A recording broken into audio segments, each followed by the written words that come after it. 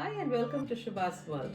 Pregnancy week by weekல இன்னைக்கு நம்ம பார்க்க போறது pregnancy week 17 and week 18.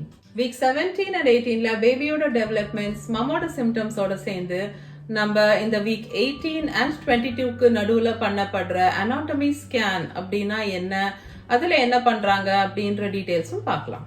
ஆக்சுவலா இப்போ நீங்க 4 months கம்ப்ளீட் பண்ணி 5th month ஆஃப் பிரெக்னன்சிக்குள்ள என்டர் பண்றீங்க.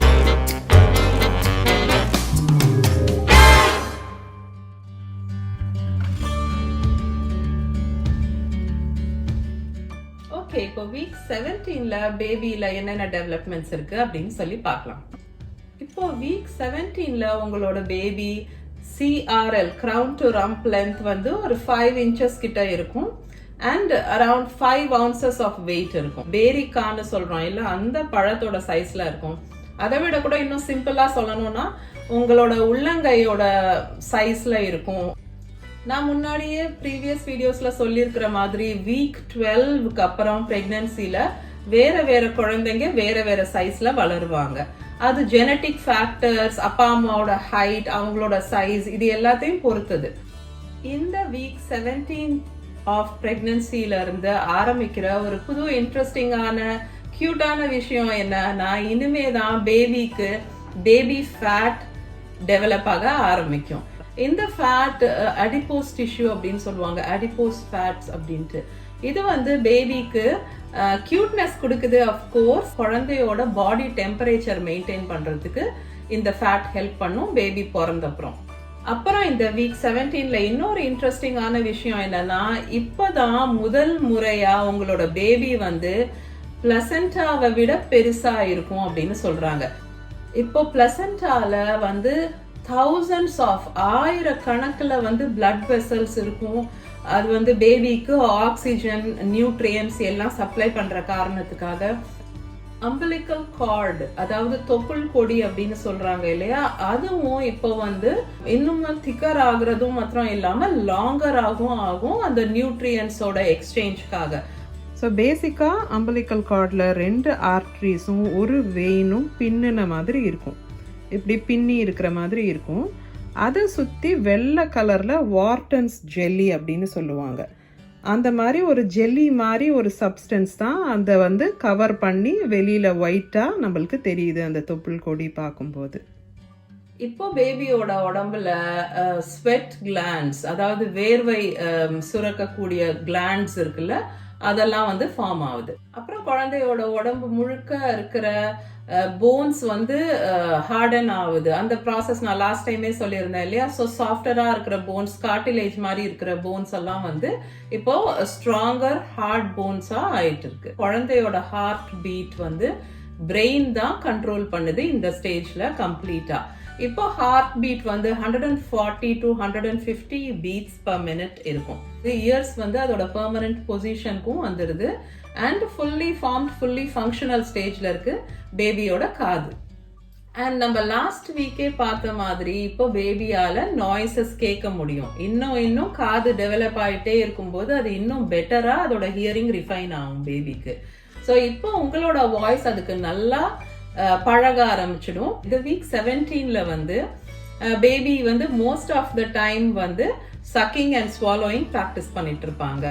இப்போ வீக் 18ல பேபில என்னென்ன டெவலப்மெண்ட்ஸ், என்னென்ன சேஞ்சஸ் அப்படின்னு சொல்லி பார்க்கலாம். வீக் 18ல உங்க பேபி ரஃப்லி 5.5 inches crown to rump length இருக்கும் அப்படின்னு சொல்றாங்க. And around 6 ounces of weight இருக்கும் அப்படின்னு சொல்றாங்க. இப்போ உங்களோட பேபி ஒரு மேங்கோவோட சைஸ்ல இருக்கும்.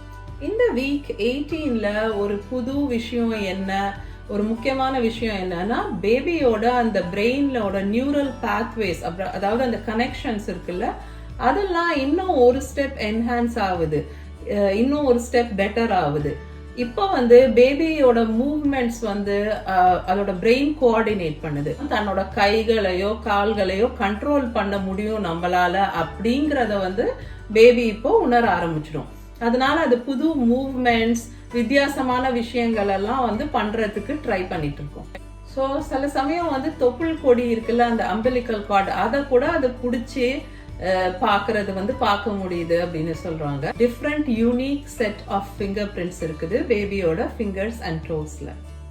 வீக் 18ல உங்க பேபியோட டேஸ்ட் பட்ஸ் வந்து ரொம்ப நல்லா ஃபுல்லி டெவலப்ட் ஆயிட்டதால அந்த ஆம்னியாட்டிக் ஃப்ளூயிடை வந்து பேபி ஸ்வாலோ பண்ணும்போது அதால அந்த டேஸ்டையும் உணர முடியும்.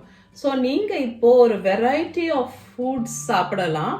ஏன்னா பேபியால அந்த ஆம்னியாட்டிக் ஃப்ளூயிட்ல ஃப்ளேவர் சேஞ்சஸ் இருக்கிறத உணர முடியும். பேபியோட போவல்ஸ்ல இன்டெஸ்டைன்ஸ்ல வந்து மெக்கோனியம் வந்து ஃபார்ம் ஆக ஆரம்பிக்குது.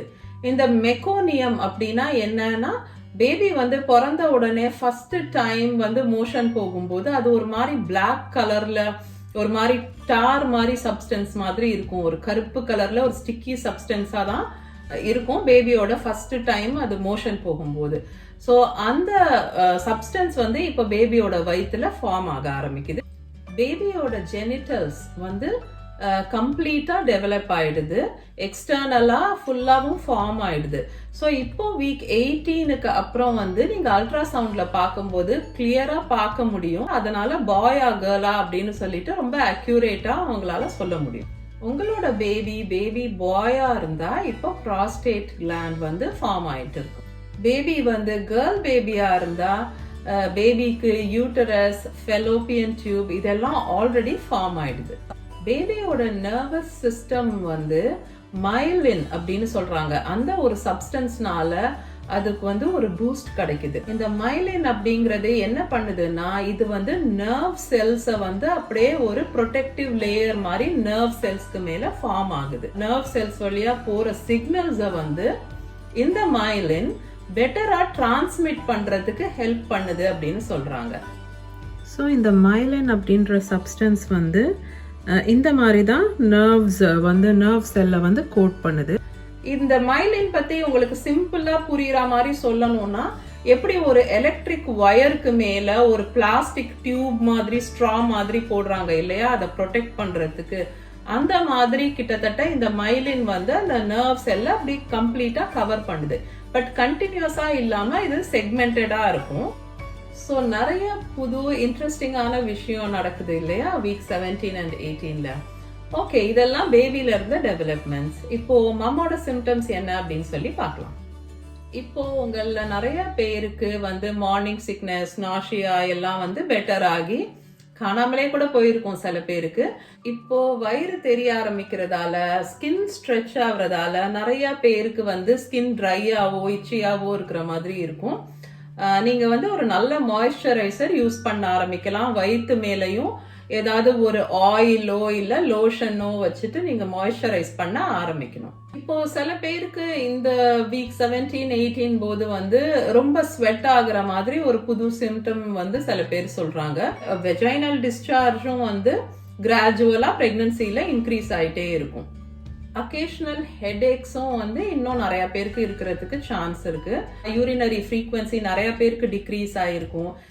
ஸ்டஃபினஸ், காதுல மூக்குல எல்லாம் ஸ்டஃப்டப்பா இருக்கிற மாதிரி, pregnancy rhinitis, same with pregnancy ஜிஞ்சிவைட்டிஸ், comes எல்லாம் சென்சிட்டிவா இருக்கிறதால ப்ளீடிங், பிரெக்னன்சி பிரெயின் எகெயின் ஞாபக மறதி, எல்லாத்தையும் வந்து மறந்துடுறது, எங்கேயாவது வச்சுட்டு தேடிட்டு இருக்குது, அதெல்லாமும் நம்ம டீட்டெயில்டா ப்ரீவியஸ் வீடியோஸ்ல பார்த்துருக்கோம்.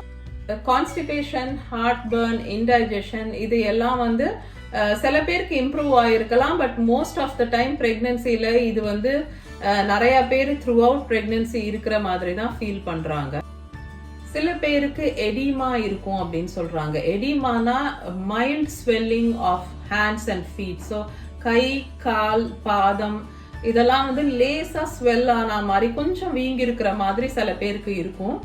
சில பேருக்கு இப்போ லெக் கிராம்ப்ஸும் ஆரம்பிச்சிடும். இந்த கால் இழுக்கிற மாதிரி இருக்கிறதும் பிரெக்னன்சில இருக்கக்கூடிய மோஸ்ட் ஆஃப் த பெயின்ஸ், வலி, இந்த கால் இழுக்கிறது, நிறைய விஷயங்கள் வந்து நீங்க ரெகுலர் எக்ஸசைஸ்னால மேனேஜ் பண்ணலாம் அப்படின்னு சொல்லி நான் ஆல்ரெடி எல்லா வீடியோஸ்லயுமே ஆல்மோஸ்ட் மென்ஷன் பண்ணிட்டு தான் வரேன்.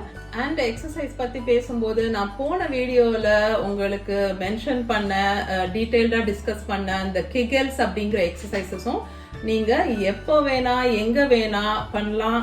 ஸோ முடிஞ்ச அளவுக்கு இந்த கெகல்ஸையும் கீப் அப் பண்ணிட்டே இருங்க. சிம்டம்ஸ் பத்தி பேசும்போது இன்னொரு ஒரு வெரி பியூட்டிஃபுல் ரொம்ப இன்ட்ரெஸ்டிங்கான ஒரு சிம்டம் வந்து குவிக்கனிங் அப்படின்னு சொல்றாங்க. இந்த குவிக்கனிங் என்ன அப்படின்னா, நீங்க உங்க பேபியோட ஃபர்ஸ்ட் மூவ்மெண்ட்ஸ் ஃபீல் பண்ணுவீங்க இல்லையா, அதை தான் வந்து குவிக்கனிங் அப்படின்னு சொல்றாங்க. ஃபர்ஸ்ட் டைம் வந்து அந்த மூவ்மெண்ட்ஸ் வந்து எப்படி ஃபீல் ஆகும்னா, சில பேர் வந்து அதை ஒரு பட்டர்ஃப்ளை மாதிரி அப்படியே வயிற்றுக்குள்ள வந்து பட்டாம்பூச்சி பறக்கிற மாதிரி இருக்கு அப்படின்ற மாதிரி சொல்லுவாங்க. சில பேர் அப்படியே வயிறே வந்து திரும்புற மாதிரி இருந்தது அப்படின்னு சொல்லுவாங்க. சில பேருக்கு வந்து அந்த லிஃப்ட்ல போகும்போது நம்மளுக்கு ஒரு ஃபீலிங் இருக்கும் தெரியுமா, அந்த மாதிரி ஒரு ஃபீலிங் இருந்தது திடீர்னு அப்படின்னு சொல்லுவாங்க. சில பேருக்கு வந்து குட்டி குட்டி டேப்பிங் மாதிரி கேஸ் பபிள்ஸ் வயிற்றுக்குள்ள மூவ் ஆகுற மாதிரி இருந்தது அப்படின்னு சொல்லுவாங்க.